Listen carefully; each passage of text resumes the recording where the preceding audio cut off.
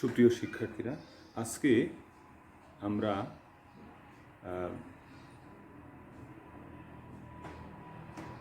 নবম দশম শ্রেণীর সাধারণ গণিতের ত্রিকোণমিতি অংশ নিয়ে আলোচনা করব। আমরা দেখেছি যে ত্রিকোণমিতির ক্ষেত্রে আমরা কিছু সূত্র মুখস্থ করি এবং সূত্রগুলি কিছু সাইন কস টেন ইত্যাদি আমরা কিছু অনুপাত মুখস্থ করি, এই অনুপাতগুলি দিয়ে সূত্র মুখস্থ করি। কিন্তু এই সূত্রগুলি বা অনুপাতগুলো কিভাবে এসেছে, কোথায় থেকে এসেছে, তার ব্যাখ্যা কী, কীভাবে সেগুলি তৈরি হলো, এই ধরনের কোনো ব্যাখ্যা আমরা অনেক সময় জানি না, আমাদের জানা থাকে না। এখন আমি আজকে এটি বোধগম্যতার জন্য তার ব্যাখ্যা সহ আমি এগুলি একটু আলোচনা করব এবং এতে একটি রিলেশন দেখাবো, একটু সম্পর্ক দেখাবো পরস্পরের মধ্যে, যাতে শিক্ষার্থীরা খুব সহজেই এটাকে আয়ত্ত করতে পারে, বুঝতে পারে এবং একটা মজা পায়, পড়ার মধ্যে একটা আনন্দ পায়। তো আজকে আমি শুরু করি। আমরা প্রথমেই দেখতে পাচ্ছি যে আমি এখানে একটা সমকোণী ত্রিভুজ এঁকে রেখেছি। সমকোণী ত্রিভুজটি আর এবিসি ত্রিভুজের বি হচ্ছে একটি সমকোণ, বি হচ্ছে সমকোণ। সমকোণে ত্রিভুজের ক্ষেত্রে আমরা জানি যে সমকোণে ত্রিভুজের তিনটি বাহুর ভিন্ন ভিন্ন নাম রয়েছে। তার মধ্যে সমকোণের যে বিপরীত বাহু সেটি হচ্ছে অতিভুজ, এবং যদি এই একটি সমকোণ এবং অপর দুইটি নিশ্চয়ই সূক্ষ্মকোণ, সূক্ষ্মকোণের যে কোণটি একটি কোণ যদি জানা থাকে তাহলে জানা কোণের বিপরীত বাহুকে বলা হয় লম্ব, এবং জানা কোণের সন্নিহিত থাকে দুইটি বাহু, একটি অতিভুজ এবং অপরটি হচ্ছে ভূমি। অতিভুজ ব্যতীত অন্য যে বাহুটি সেটি হবে ভূমি। একটি সমকোণী ত্রিভুজের এই তিনটি বাহু আছে। তিনটি বাহুর আর যদি আমরা একটা বাহুকে অপর একটা বাহু দিয়ে ভাগ করি তাহলে সেইগুলিকে বলা হবে একটা সমকোণী ত্রিভুজের দুইটি বাহুর অনুপাত। আমরা দুই একটা অনুপাত লিখছি এখানে। প্রথমত লম্ব, লম্ব বাই অতিভুজ, অতিভুজ এটা একটা অনুপাত হলো। লম্ব দৈর্ঘ্যকে যদি অতিভুজের দৈর্ঘ্য দ্বারা ভাগ করি, আবার এটার যদি বিপরীত করে লিখি অতিভুজ, অতিভুজ বাই লম্ব, তাহলে আমরা এই যে একটা অনুপাত তার বিপরীত অনুপাতটা আমরা পেলাম। এভাবে আমি শিক্ষার্থীদেরকে বলবো যে তোমরা ভিডিওটা বন্ধ রেখে অন্য যে অনুপাতগুলো, অন্যান্য বাহুগুলোর মধ্যে যে অনুপাতগুলি বের করা যায়, লেখা যায়, সেগুলি তোমরা খাতায় লিখবে এবং পরে আবার ভিডিওটা চালু করে আমার লেখাগুলির সাথে মিলিয়ে দেখবে। তো এখন আবার কি লেখা যায় যে ভূমিকে যদি আমি অতিভুজ দ্বারা ভাগ করি, অতিভুজ, আবার লেখা যায় অতিভুজকে এটার বিপরীত যদি করি তাহলে অতিভুজ বাই ভূমি, অতিভুজ বাই ভূমি। আমরা চারটা লিখলাম।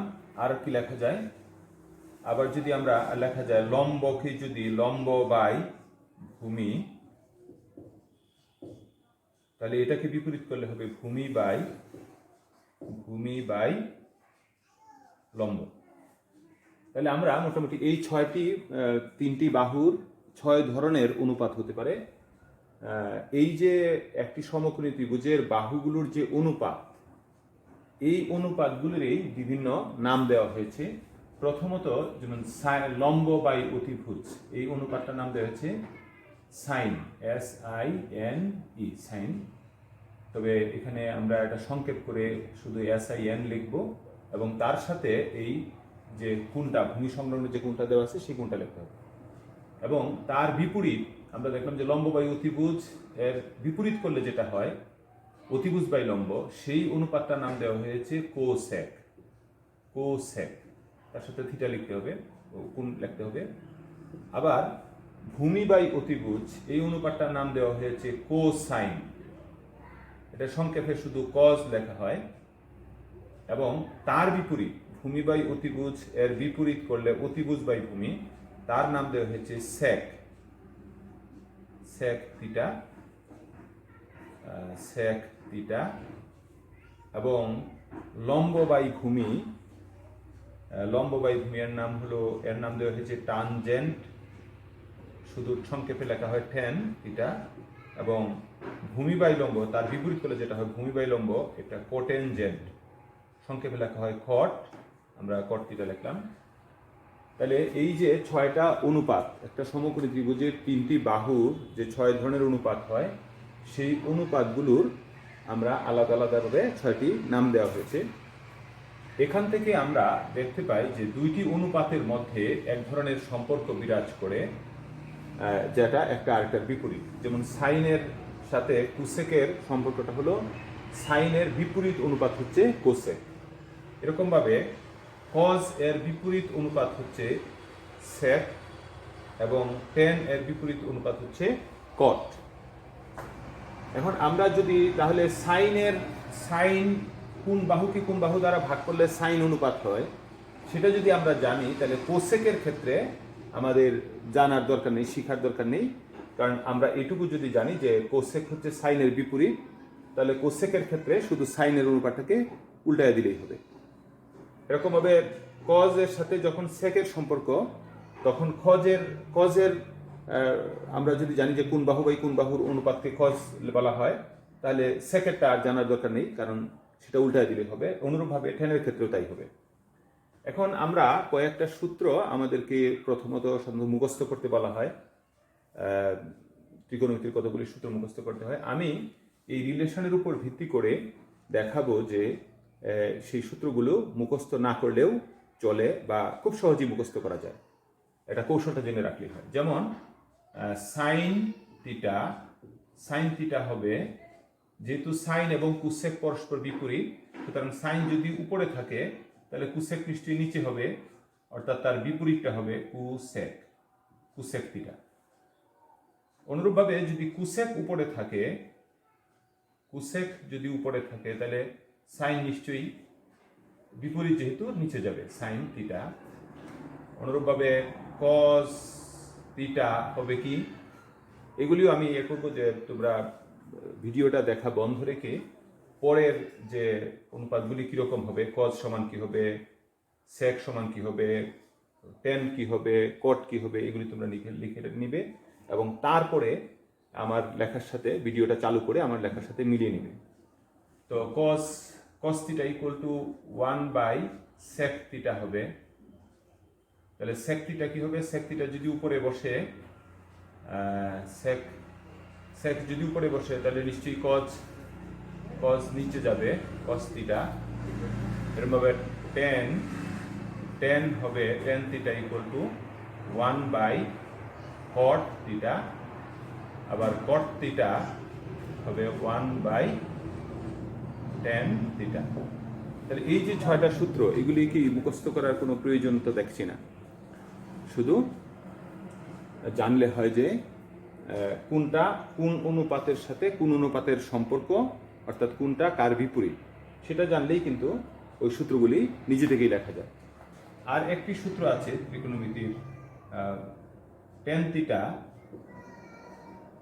tan theta equal sine theta by cos theta.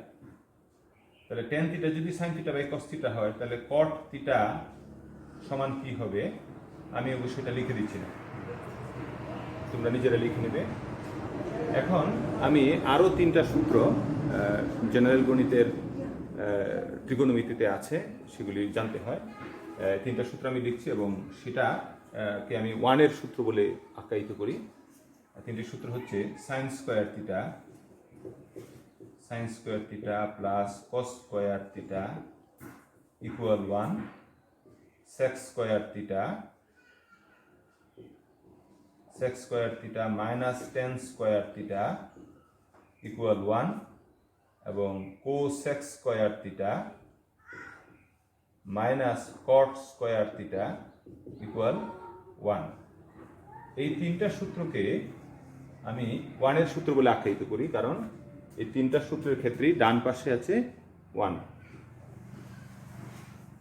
তো এই হলো সাধারণ গণিতের অঙ্কগুলো করার জন্য মোটামুটি সূত্র।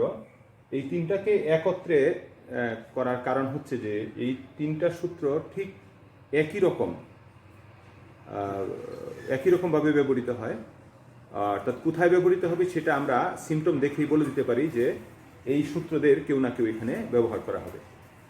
তো এই জন্য আমি এই তিনটা সূত্রকে একটা মানে ওয়ানের সূত্র বলে একটা বিশেষ নামকরণ করে রাখলাম। তো এই ছিল যে আজকে যে কারণে এটা লেখার উদ্দেশ্য যে আমরা সাধারণত এই সাইন, কস, ট্যান, সেক, কুসেক এগুলি কোথায় থেকে এসেছে, কি তাদের সম্পর্ক, কেন তাদের মধ্যে এইরকম সম্পর্ক, এইগুলি সম্পর্কে আমাদের একটা ধারণা থাকে না। কারণ এই জ্যামিতিক ব্যাখ্যাটা আমরা অনেক সময় ছাত্রদেরকে দেখাই না বা ছাত্ররাও দেখার আগ্রহ দেখায় না। এই জ্যামিতিক ব্যাখ্যা থেকে আমরা যদি জানতে পারি তাহলে আমার মনে হয় যে সেটা একটা আনন্দঘন শিক্ষা হবে, এই বিষয়টা সে উপলব্ধি করতে পারবে। এবং এই যে রিলেশনটা সাইনের সাথে কুসেকের যে পরস্পর বিপরীত, এটা জানার ফলে সে যেমন সূত্রগুলি মুখস্থ করা বা মুখস্থ না করলেও চলবে, বুঝলেই চলবে। পাশাপাশি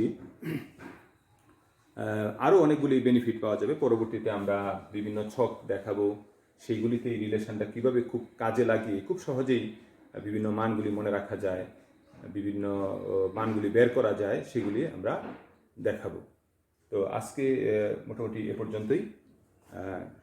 আশা করছি তোমরা এ থেকে আনন্দ সহকারে ত্রিকোণমিতির প্রথম পাঠটা শুরু করতে পারবে। ধন্যবাদ।